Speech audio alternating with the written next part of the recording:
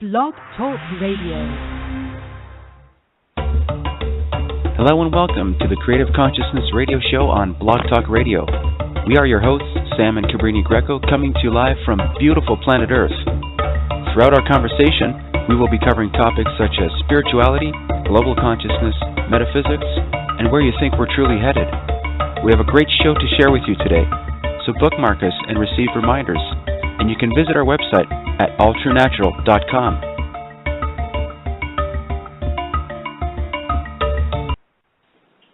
Well, hello and welcome to Creative Consciousness Radio Show. Big hello to everyone on beautiful planet Earth. Our intention for our show is to support individuals that are living spiritually purposed lives. We're offering an event in Las Cruces, New Mexico. Check out our Bridging the Gap Spiritual Festival in Las Cruces, New Mexico, August 1st. On our website at alltruenatural.com. There will be speakers, dancers, musicians, vendors.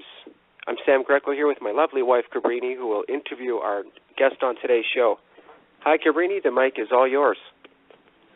Well, thank you, Sam, for that lovely introduction, and welcome, everyone, to Creative Consciousness Radio Show. We are so pleased to be with you this evening. We have an incredible guest that we are going to be introducing to you. And she comes to us from Savannah, Georgia. Her name is Carrigan. Catherine is an author. She's recently published a book called Awaken, Your Intuitive Power for Health and Happiness. She also has an extensive background in the healing arts, training fitness. She's a medical intuitive. She does medical intuitive readings. She also does quantum healing. And much, much more. A very diversified background Catherine has. She's been involved as a fitness columnist. She's been a playwright of 12 different plays. She produced, 3 were actually produced in New York City. She's been a past spokesperson for the Depression Wellness Network. And currently, the book that we're going to be talking about this evening, and again, along with all of, Catherine's background here in her spiritually purposed life. Her book, Awaken Your Intuitive Power for Health and Happiness, is now a #1 Amazon bestseller. So, feel free to go ahead and check out her website at www.catherinecarrigan.com. And she also has another website, which I just love the name of, and it's called www.unlimitedenergynow.com. Well, aren't we all looking for that? So please join us, and again, thank you for being with us here in the chat room, on the airwaves, wherever you are on planet Earth. You joining with us and supporting individuals that are living spiritually purposeful lives really does support humanity overall, the whole collective consciousness, because as we all kind of individually bridge the gap, and the healing takes place amongst many individuals throughout the lands. Of all lands, we really do create a world that really does support everyone's happiness. So with that, let me just introduce you to Catherine Carrigan. Catherine, are you with us today? Thank you so much, Sam and Cabrini, for having me on your show, and I want to thank everyone out there for listening. Thank you. It's such a pleasure to have you here today with us. You've had such an, we can get right to it here, Catherine. And talk a little bit about your book, Awaken Your Intuitive Power for Health and Happiness. And, as soon as I say that to myself, what comes to my mind is, what is an intuition? And what is your perspective about intuition, and how do we actually access our intuition? Well, first of all, I am in very much alignment with your show and the people who are listening to this show, because when we are using our intuition, we are being guided by our soul versus being guided by our ego. And I know that if you're listening to this show, that's what you're working towards. When we allow our lives to be guided by spirit, that looks, feels, and presents much differently than when we're guided by our ego. So the books that I wrote, I'm the author of 3 books, and I'm just coming out with my 4th book. The book that we're talking about tonight is called What is Healing? Awaken Your Intuitive Power for Health and Happiness, and it's specifically about how to open your intuition and also about my work as a medical intuitive and how to use intuition specifically to help you be healthier and happier. So a lot of times we talk about intuition, and that's a very broad topic because really there's 4 primary psychic gifts. So there's the gift of psychic knowing, which is claircognizance. I'm a prophetic. It's a prophetic gift. It's the same gift that Edgar Cayce has. Many people have heard of Edgar Cayce. He was a very famous medical intuitive, and he would go into a trance state and read the body.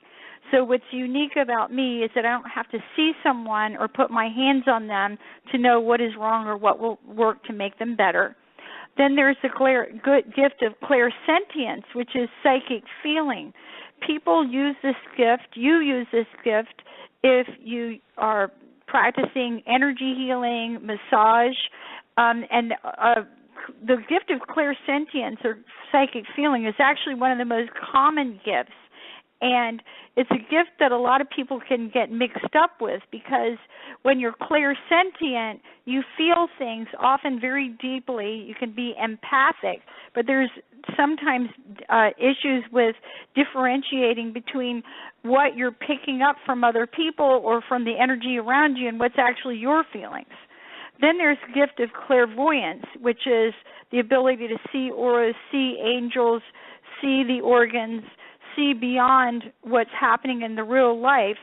So there's basically psychic knowing, psychic feeling, clairvoyance, and then what's sometimes called intuition is basically clairaudience, which is hearing the voices of our angels, hearing guidance, hearing higher vibration energies, and so all of these gifts we can open, and they're all associated with energy centers in the body. So when we practice yoga, tai chi, and meditation, when we practice energy arts, such as yoga, energy, tai chi, and meditation, we can open these channels in our lives and be able to use these gifts for ourselves and for the benefit of all living beings. Wow. I just love the gifts of the spirit, or even the whole being, complete the spiritual essences that we all carry. And, wouldn't you say, Catherine, that, everyone has these gifts in some at some level, some understanding. People, everyone has them. How they access them is the key, like you were saying, right?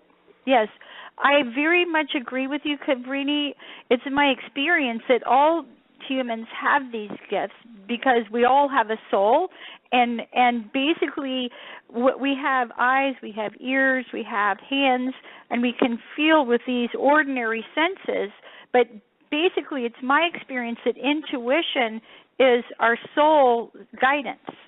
And because we're all human and we are all actually souls, everyone has these gifts. And it's just a matter of learning how to develop them.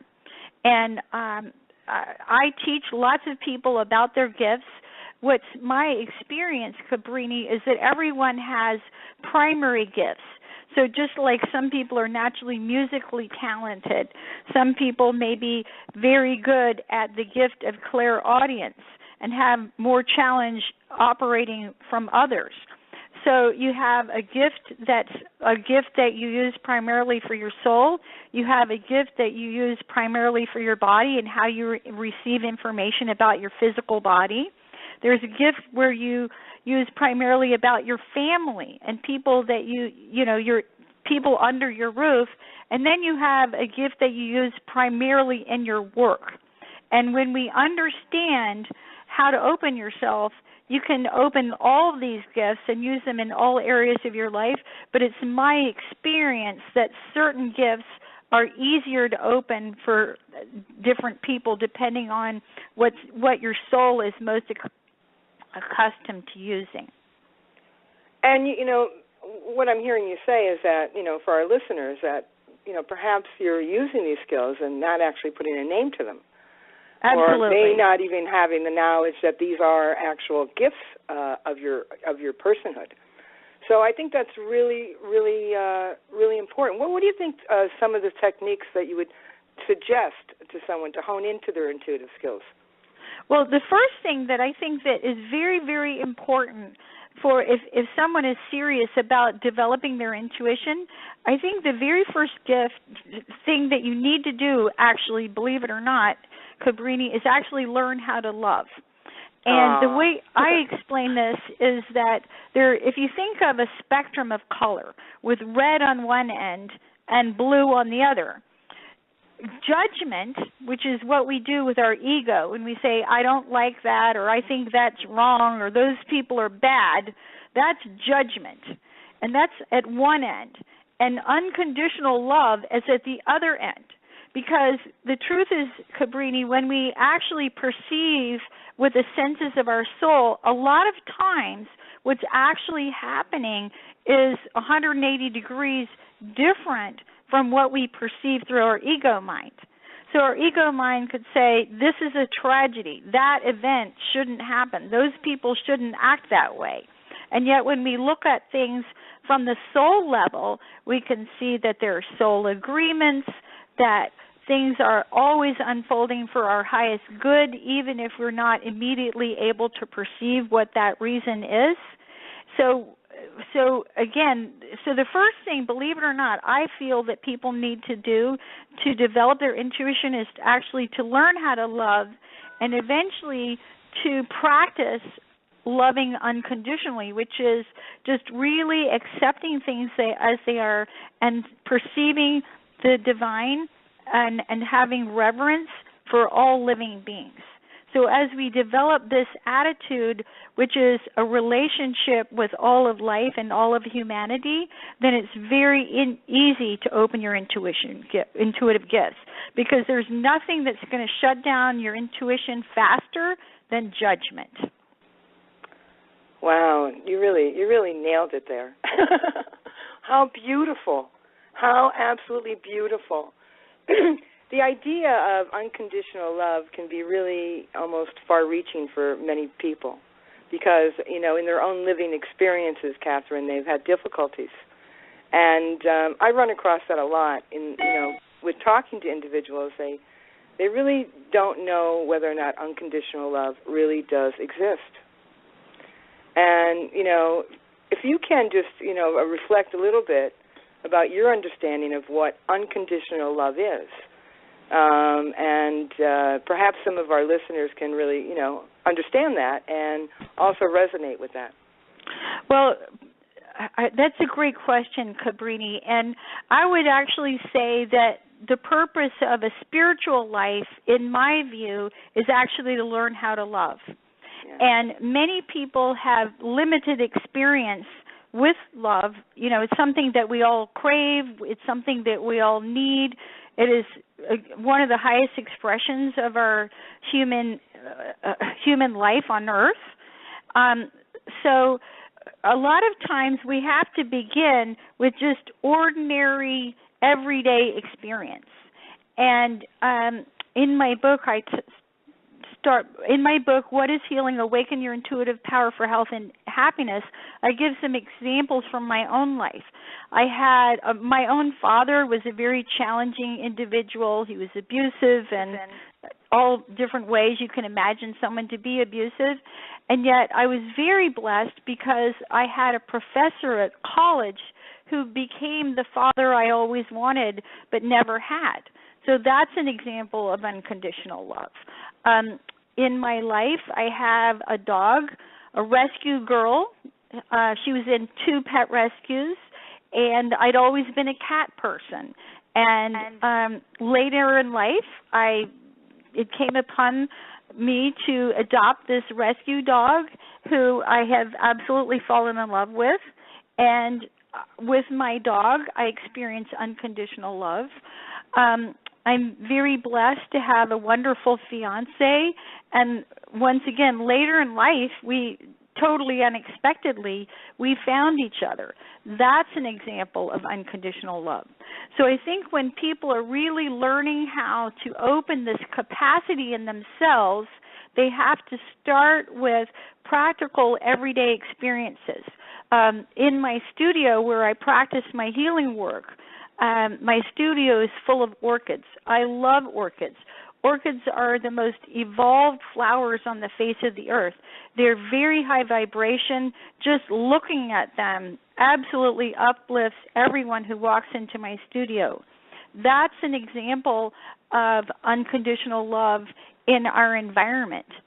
So I just encourage the listeners, even if your childhood was less than optimal, even if your current circumstances are less than optimal, search in your life experience and see if you can find a person outside your family, a pet, maybe an intimate loved one, or even something in your environment, whether it's your garden or being on the mountaintop or being at the beach, where you have this transcendent experience where your soul feels uplifted and you know deep down in your heart that you are connected to all that it is and that you're supported by the earth and you're supported by the angelic and you're supported by God, and you have that experience that you are loved unconditionally, even if it's just for a moment, if you've had that glimmer.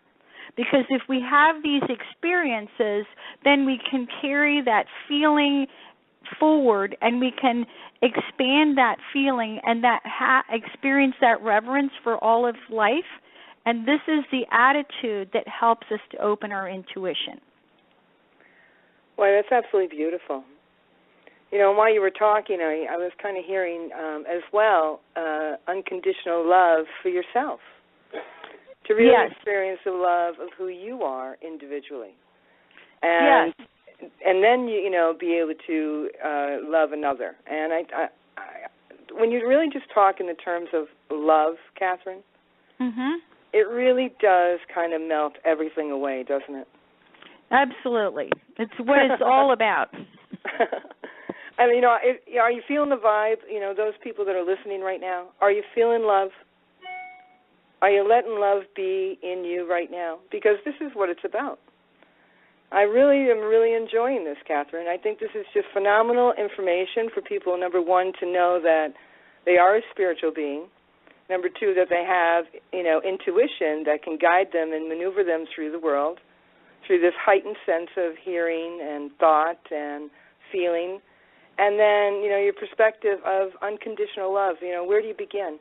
I love the idea also about, you know, even if you don't have an experience of love that you can draw on, you know, just kind of go with, you know, what you would experience, you know, love to be, and ask the spirit of you what love is.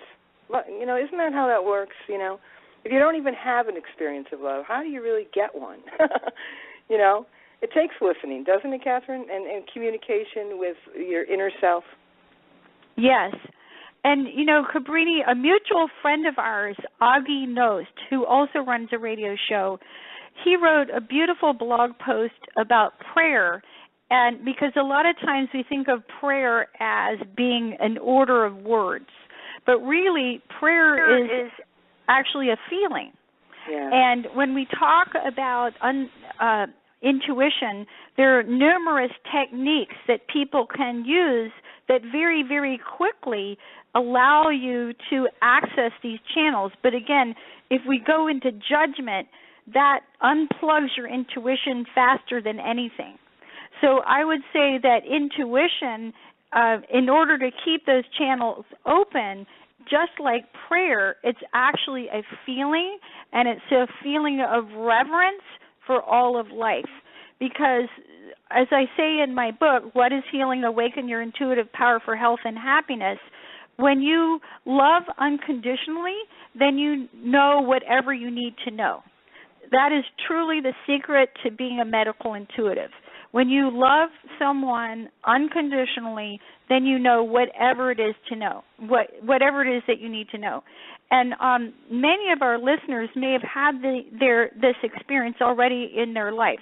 For example, if you are a mother I am sure that you have had the experience that when your child was sick or unwell or unhappy, as a mother, you just instinctively know what your child needs. And the same thing for being a father. If you've been a father and you love your child unconditionally and a child comes to you, you know exactly what that child needs. I'm a gardener, and it's very, very funny because a long time ago, one of my best friends gave me an orchid, and I thought, oh dear, I'm going to kill this thing in a week. And it actually bloomed in my studio continuously for 6 months. And I have many orchids in my studio that bloom for, a very, very long period of time. And I have friends who give me books about how to raise orchids and what to do and so on. But the truth is that all I simply do is I tune in and I listen. That is the secret. But you have to tune in with this feeling and attitude of reverence and unconditional love and openness and being willing to really hear what it is that this individual needs, whether it's an orchid, a person, a pet. And when we have this attitude of reverence and unconditional love, then whatever information needs to come through is absolutely going to come through because we're listening from our soul to their soul. Wow, that's so nice. I love the idea of reverence, too. And can you talk a little bit about that? What yes. exactly does that mean to you, and how is that expressed in the spiritual pathway? Yes. Well, I would talk about a spectrum. I think a spectrum is just like red and blue. That we can sort of visualize that, and we can understand that. So I would say the first spectrum, the first end of the spectrum, that, again, a lot of our listeners and we can all understand and relate to, having been human and being human and, having lived through life. A lot of us at some point in our life have had despair, we've had despondency, we've had disappointment, we've had things that not go our way, we've had depression. So that's one end of the spectrum: depression, discouragement, and tragedy. So then what happens as we come out of this depression, discouragement, and tragedy, we begin to feel a glimmer of hope. Maybe things are not as bad as we think. Maybe things could get better. So as we pull out, we see this hope, we see the light at the end of the tunnel, maybe things are going to get better in our lives, and then we begin to feel gratitude. We feel thankful for the people around us. We feel thankful that we live in the United States of America, where we're basically safe, where we are so blessed. We live in a very materially abundant society. We have the food, we have the housing, we have the opportunities. And as we begin to feel this gratitude and know that all of life is supporting us, then we begin to feel what I call is reverence. And when we feel reverence, what we feel, Cabrini, is that we recognize that all of Earth and all of nature is constantly supporting us, even when we pay no conscious attention to this fact. And we can feel uplifted and grateful for all our many blessings, whether it's the sun shining, the air we breathe, the exquisite beauty of the orchids, and all of nature. So I liken Mother Earth to our physical body. Even if I'm not thinking about it, my lungs are breathing. Even if I'm not thinking about it, my heart is beating. So we're all supported in many ways that we're not even aware of. And as we tune in and really notice how we're always being supported by the angelic, supported by nature, supported by the earth, then we can feel a deep feeling of reverence. And again, it's from this perception where we realize how uplifted, guided, and protected we all are, that we can really very quickly open our intuition. Beautiful. That is such a wonderful piece of knowledge there for individuals to really access their own selves and their connection to their wholeness, their whole spiritual being. That is just wonderful perspectives of light. I do see a doorway there. And, you know, I'm sure if people are listening that you can actually see a doorway through gratitude, through the understanding that you're being supported by all things, you know, whether it be plant, animal, spirit, you know, the one spirit that we all are. I think it's just phenomenal to have that knowledge, and I think it really lifts people, Catherine, into a different understanding, just knowing that they are supported completely, you know, through the guidance that they're receiving in their intuition that you speak of. Now, yes. You are a health intuitive. Now, right. You do this as a living, correct? This is Yes, part absolutely. Can you share a little bit about what that means? And I know that you touched on it a little bit there. Yes. About how you look into, you know, through unconditional love, you look directly into someone else and you can see, yes, you know, whatever needs to be adjusted within them. Is that what a health intuitive does? Yes. So I am a medical intuitive, and I focus on helping people be healthier and happier. Now, what I do, Cabrini, when I'm reading a person, I read the 5 levels of the body. Now, everyone has a paradigm. We all see the world in a specific way.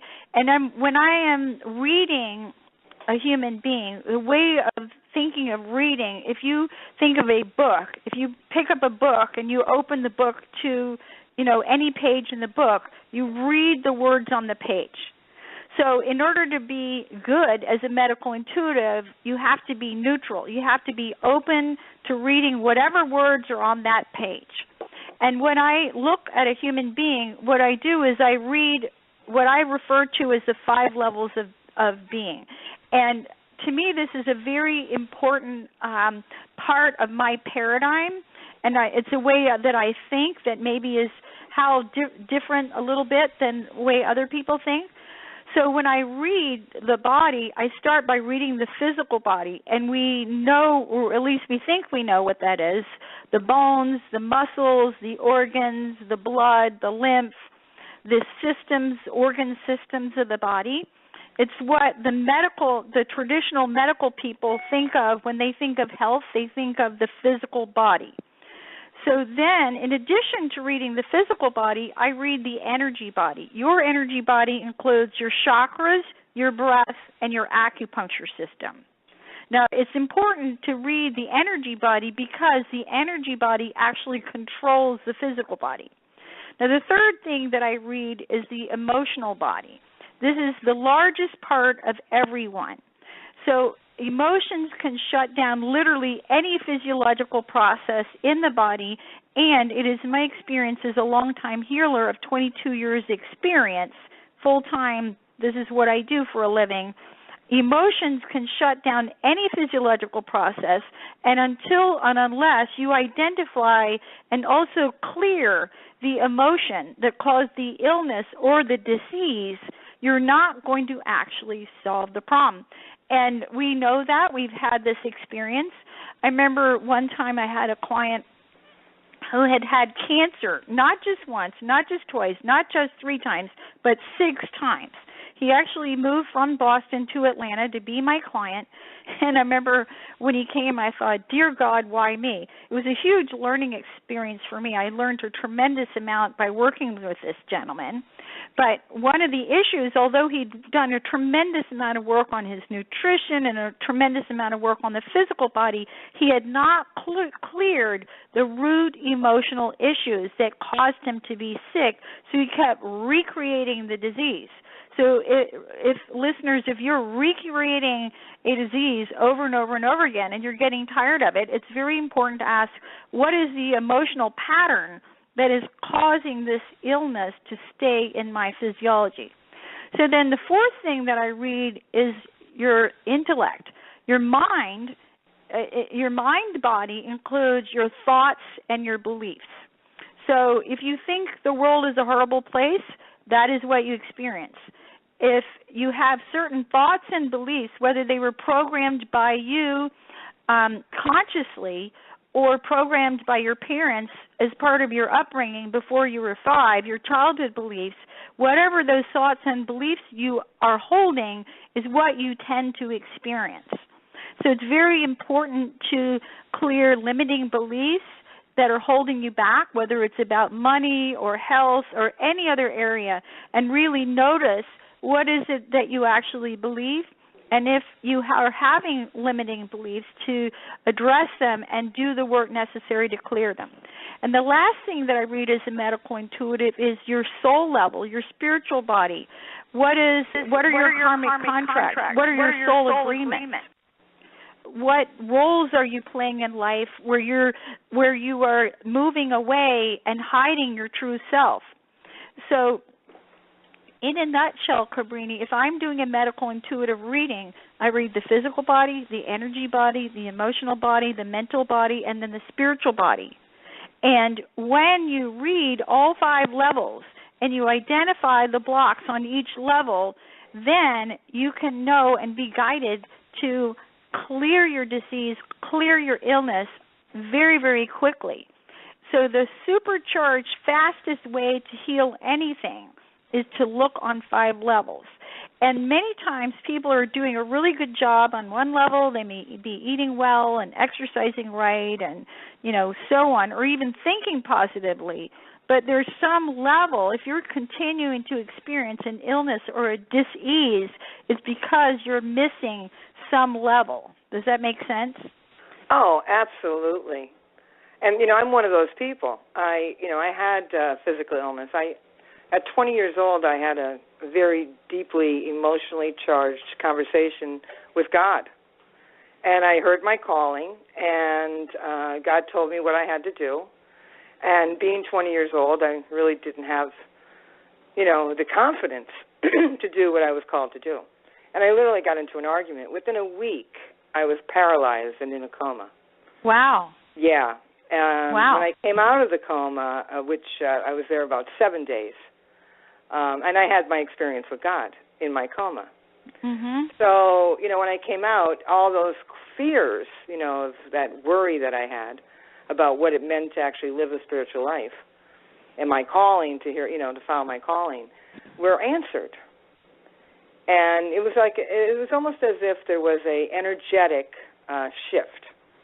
So I really get that about the physical aspects of how physical illness and disease, and I say, about my own experience, I take full responsibility for it.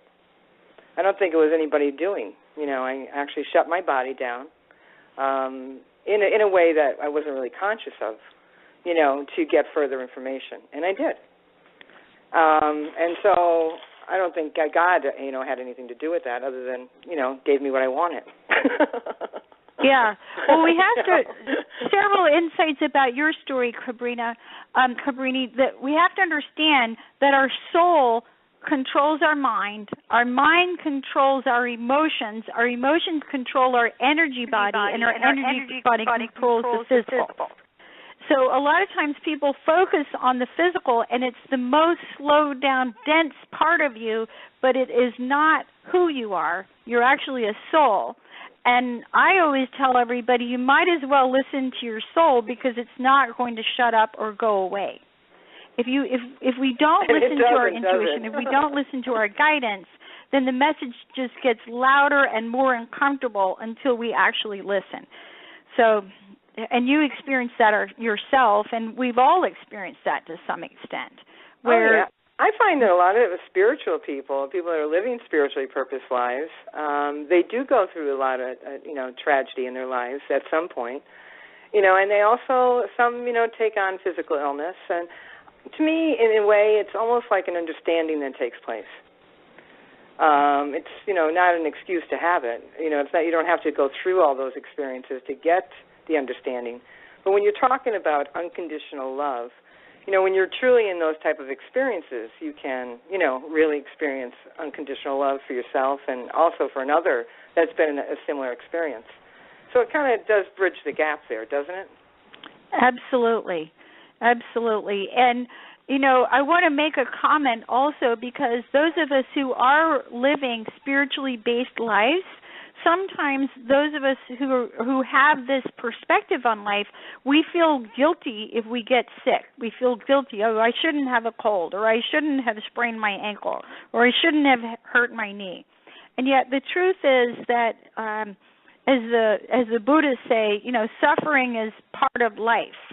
And so if you have a physical illness, it doesn't mean that you're a bad person or you're not spiritually advanced. But at the same time, we can use our spiritual gifts in order to move through or even deal with our illnesses and diseases a little more quickly and a little bit more easily, if that makes sense. Oh, absolutely. And, I really, support, and, there are people that really do go through, incredible challenge. They're challenged physically, in their living. Perhaps they were born with something that, they have to work with, that doesn't really work well in the earth.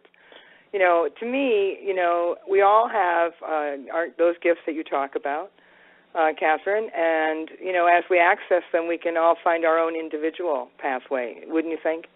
That it's Absolutely. Really individually, it's not about, anyone working, being another person. It's really about being who you are with what you have and, including, whatever is going on with your body, whether it's environmental or whether or not, it's divinely guided. Mm-hmm. None of us really have the complete understanding of the mystics except that, God is love. Yeah. So. A very long time ago, I was very blessed. My very first book was endorsed by Dr. David Hawkins. He was the author of Power versus Force. Yes. He passed away several years ago. He was an enlightened person. And Dr. Hawkins endorsed my first book, which was about how to heal depression without drugs. I'm currently working on publishing this year my fourth book, called Banish the Blues Now, which is an updated version all about holistic treatments for depression. And anyway, I talked to Dr. Hawkins, and he strongly encouraged me to read A Course in Miracles. And as I read about A Course in Miracles and read A Course in Miracles, one of the things that I learned was that people who have students of Course in Miracles, because we're all students, because we're always learning and we're always having greater insight and depth in our spiritual experience. So serious students of A Course in Miracles, the usual things that would basically switch people off, fluorescent lights, aspartame, these people were not affected by this. And these people were not adversely affected by stimuli that normally shuts the average person down. And so as we develop, again, this reverence for all of life and see the blessings and the blessedness of all of life, again, we shift our attitude and we stop looking at the world in terms of victim, perpetrator, bad guys, good guys, and that has a very profound effect on our health, and we can become healthier people. So, a very simple thing to do to become healthier is to pick a spiritual text, whether it's A Course in Miracles or the Bible or the Upanishads or any spiritual text to which you feel the most drawn, and really study it and take the lessons to heart so that we can change our attitude about life and about the world. Yeah, absolutely. Right with you on that one. I love what you say, in your book that says it's all God, therefore it's all good. Can you explain a little bit more about that? Because I really resonate that with myself. When I witness goodness, when I see goodness, when I'm in the experience of goodness, I know that I'm in the experience of God. And, I'm feeling that right now with you, Catherine. I think, we're sharing, God together here. So can you explain for our audience what that means to you? It's all God, therefore it's all good? Yeah, well, basically, we have to understand, let's just take it from a scientific perspective. It's all one energy. So the world that we live in, the universe that we live in, is all one energy. Now, within this one energy, there are different vibrations. There's slowed down vibration. Illness is simply slowed down vibration. And when we understand that illness is simply slowed down vibration, then when you want to become healthier, what you need to do is uplift your vibration. Now, we've all had this experience. The last time you had a cold, you probably wanted to lay in bed, lay on the couch, and not move around very much. And, you were lucky if you could get up to make a pot of soup or make yourself a cup of tea. Or if you've been depressed, that's slowed down vibration. So all illness, whether it's a cold, a depression, or cancer, it's slowed down vibration. When we want to become healthier, we can put ourselves in a high vibration environment. If you came into the studio where I do my healing work, it is full of orchids. It is the most high vibration environment that I personally know. It's full of orchids. I'm incredibly blessed. It looks over the trees in Atlanta. I have a fountain outside and flowers. It's very peaceful. I have a little bird feeder where we can watch the birds. It's peaceful, it's beautiful, and it's uplifting. So if you are ill, you know that your vibration is slowed down. You can surround yourself with loving people. You can surround yourself with beautiful flowers. You can read spiritually uplifting text. You can laugh a lot. But it's just really a change of point of view and really realizing that it's still just one energy. And when we realize that our energy is slowed down, then whether it's by negativity or illness, then we can choose to uplift ourselves with positive thoughts, loving thoughts, prayer, meditation, surrounding ourselves with loving people in a beautiful environment, and we can shift that energy very, very quickly. Yes, and it sounds so lovely, your studio. And, we're speaking with Carrigan. She is out of Savannah, Georgia. And you can read more about her on her websites at CatherineCarrigan.com. And the other website is unlimitedenergynow.com. And take a look at her book, Awaken Your Intuitive Power for Health and Happiness. Also, in your book, Catherine, you were talking, I think it was on page 267, let me just see here, about how people can meditate for 20 years and still not get anywhere, spiritually speaking. What types of things do you think block people from having a really deep, meaningful spiritual experience? Well, first of all, I think anybody who takes the time to meditate is doing a tremendously beneficial thing for themselves and the planet.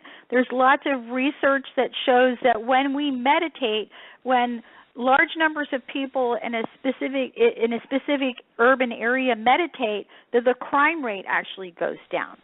So when you meditate, when you take the time to sit or lie down or be quiet and achieve that meditative state, you're contributing to the world at large and to peace on earth. So that is a wonderful thing to do. However, that experience can only last for ourselves for maybe 5 minutes, 10 minutes, 15 minutes, 20 minutes, an hour, or however long we're meditating. It is my experience, Cabrini, to really grow spiritually, we have to address our unconscious blocks, and we have to really address the core issues that are holding us back. And it is my experience working with people, clearing their limiting beliefs, that when we address the hurts in our lives, the tragedies in our lives, and the things that really bother us, when we face our issues, that's what allows us to leap ahead spiritually. So in order to grow spiritually, I think there has to be a certain amount of honesty and truth and level-headedness as we look at ourselves with humility. But one of my favorite quotes about this, a lot of times we think, well, I had this horrible childhood, or I had this terrible thing happen to me. But we have to remember that these events are not merely personal. Everyone you know has had challenges. I think they say that the average person by the age of 30 could be depressed, and the average person by the age of 50 has had so many things happen to them, they could be depressed for the rest of their lives. However, we have to realize this is how light gets in. This is how light gets in. When we have these challenges in our lives, we realize that we alone, our ego alone, is not capable of surviving or sometimes comprehending or surmounting these challenges. So when we have these tragedies and these cracks in our personality, our families, our lives, then we turn to our spiritual self, and that is how light comes in, and we bring light into ourselves and light into our lives. Wonderful. Well, I think that your book really, it really sounds like such a framework to really support individuals that are coming to terms with themselves, and their own history. I heard this term a long time ago, and it goes like this. Deal with your history, or your history will deal with you. And it does so, doesn't it? Doesn't it cause difficulties in people's lives, things that they are, what you would say, or what I would recognize as a block of energy? It really can create difficulties for individuals, whether it's physically, mentally, spiritually, like you said, the various bodies. Yes. And, one of the other things that you talk about is resistance to change. Why do you think people actually resist change, Catherine? Well, it's so funny because so many of us pray for spiritual growth, and yet the kind of spiritual growth that we think we want doesn't usually look the way it actually happens. So a spiritual growth experience might be a divorce, or the death of a loved one, or a car wreck, or your house burning down. Yeah. So it doesn't always happen in the form of a tragedy or a challenge, but again, those are the ways that light gets in. Those are the times when we really get down on our knees and pray. Those are the times when we really realize that our ego alone is not capable of handling all problems. So, again, I think that personally, I feel that the only way that any of us really get through life is by developing a deep spiritual connection.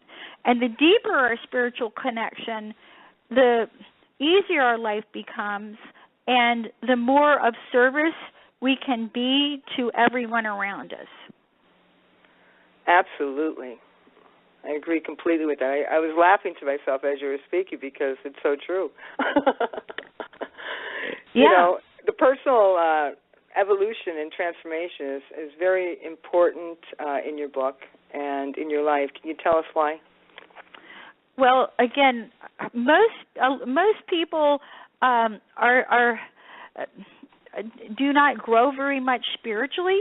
So a lot of times what happens is these normal challenges come up because everybody's life is challenging to some degree, and some people's lives are even more challenging.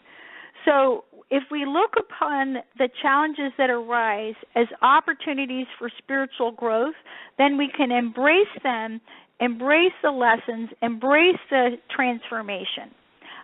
If we look at the things that happen as something that happens to us or against us, and if we see ourselves as victims, then we lose the opportunity to grow spiritually, and we miss that opportunity.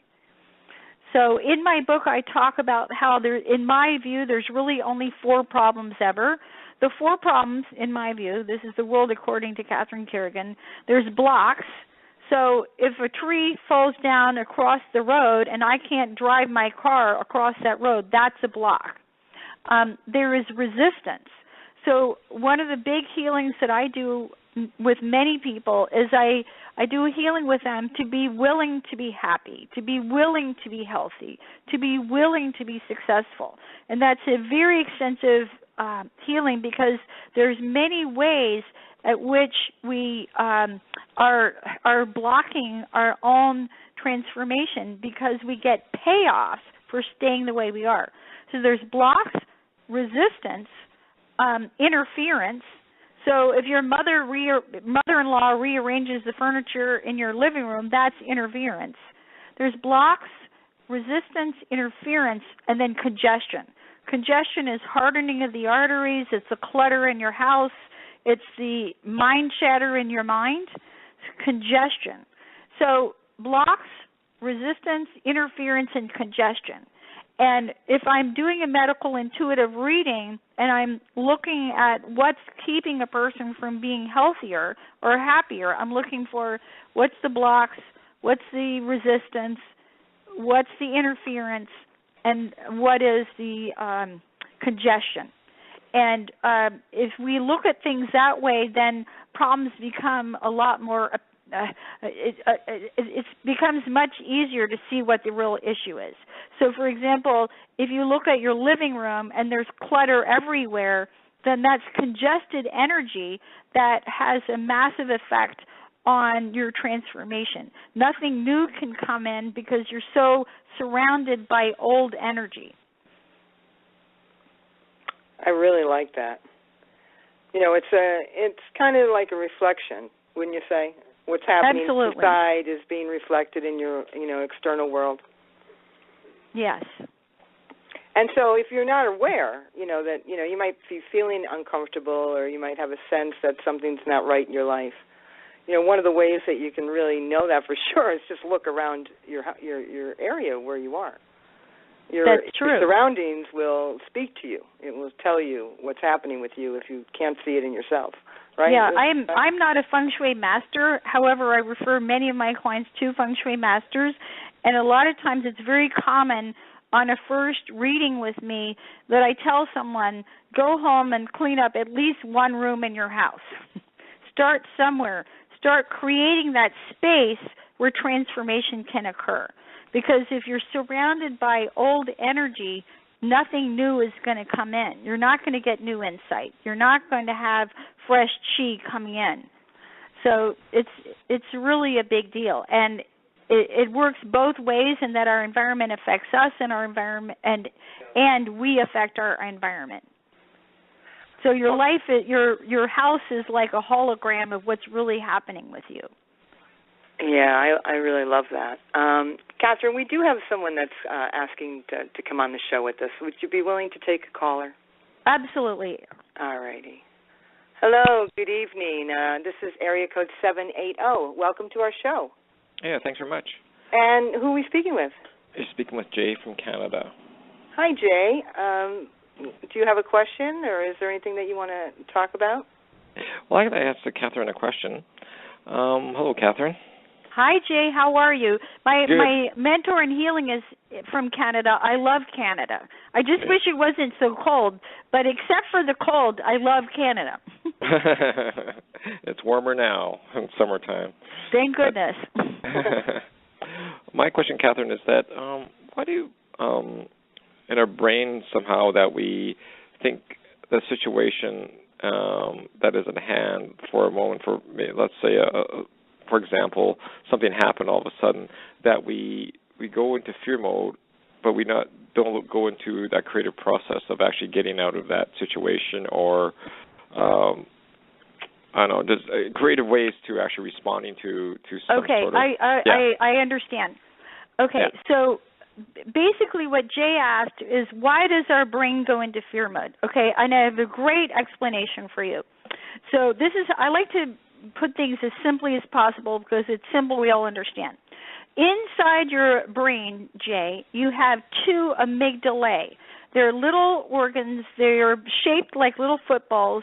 And the amygdalae, I like to make an analogy, they're like the control towers at the airport. So at the Atlanta airport, where I live in Atlanta, the airplanes come in, and the control tower says, land on runway A or land on runway B. So when information comes into our brain, the first place it goes is to the amygdala. Now, if your brain perceives this information as safe, then the amygdala will direct the signals into your brain into the frontal lobes. When you're in your frontal lobes, you access your creativity, you access your higher reasoning, you access, everything that you've learned. Now, if the information comes into the amygdala and it's frightening or scary, it goes to the back of the brain, the reptilian brain. When you're in your reptilian brain, all you're doing is reacting. You're operating off of old programming. You could be the most enlightened, well-read, highly educated person in the world, and if you get scared, you're going to go into your reptilian brain, you're going to react, and when you're in the amygdala, you either fight, you flee, or you freeze. Now, when I'm doing a medical intuitive reading or I'm doing a healing with someone, Jay, one of the things that I do, as I mentioned, is I find the emotion. It is very common to find emotions coming out of the amygdala, and one of the things that I ask, is this person in fight? Because when we go into that reptilian brain, there's only three choices. You either fight, you fight the government, you fight other people, you fight your boss, you fight your family, you flee, you run away, you meditate and shut the doors, never speak to anyone, you go into hermit mode, or you freeze. When you freeze, you're not moving forward. And as I said to a client just today, even if you're moving slowly, it's perfectly okay to move slowly, but keep moving forward. The fastest way through the mud is through the mud, not over the mud, behind the mud, under the mud. It's through the mud, moving forward. Does that answer your question? Oh, yes, it does. It does, because I always wondered, we try to figure things out, but we're not sure how our human body, works basically in some sort of way, like the basics. So we understand like a basic understanding how we respond or react to situations or experiences. Yes, and again, there's lots of things that threaten us that we are conscious or even unconscious of, and that's why it's very good to have practices that calm us, whether it's yoga or Tai Chi or Qigong or meditation or deep breathing. I'm a big fan of all of that. So because we have to have practices that calm us. So when we're in that calm state of mind, we can access our higher self, we can access our wisdom, we can access all the books that we've read and our wisdom. And when we are afraid, again, you're either fighting, you're fleeing, or you're freezing. And you're not in your higher self. So what would you suggest? You would suggest, what I'm hearing you say, let me just get this clarification from you, is that if you are in the fight or the freeze, and what was the third one? I'm sorry. Yeah, that's okay. Fight, flight, or freeze. Or fight, flight, or freeze. Meditation, moving your focus of your attention in a different space. Is that what you're recommending? Yeah, if you realize that you're in survival mode, anybody who's in survival mode, fighting, fleeing, or freezing. And so when we recognize we're in survival mode, then what we want to do is take action in order to shift us out of that internal state. And you can shift your internal state by meditating, by practicing yoga, by walking in the woods, by practicing Tai Chi or Qigong or deep breathing. And if you go to my website, unlimitedenergynow.com, I have free videos on deep breathing exercises. I personally am a big fan of pranayama and deep breathing because it's free and you can do it anytime, anywhere with no equipment. You don't need a yoga mat. You don't need a meditation cushion. You can be a police person driving in your car and practice deep breathing. You can be a teenager at your test in the schoolroom and practice deep breathing. It's something that we can all do everywhere. I just want to thank Jay for listening to the show today and calling in. I think it's really important that if you have a question, pick up the phone. That's why we host the show, is so we can bridge the gap between each other. I want to thank you. We have just about a minute left. Thank you all for being with us, those that are in our chat room, those that are listening live, wherever you are on planet Earth. Catherine, reach out to Catherine. My apologies. I said Savannah. It's Atlanta, Georgia. Oh, no worries. I grew up in Savannah.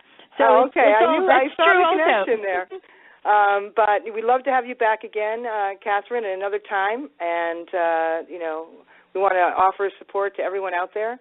Visit our website, alltruenatural.com. Get involved. Reach out in your community. Love yourself unconditionally. Love the world. We'll be back here on Tuesday evening, and you guys have a great evening. Thank you again, Catherine and Jay. Thank you.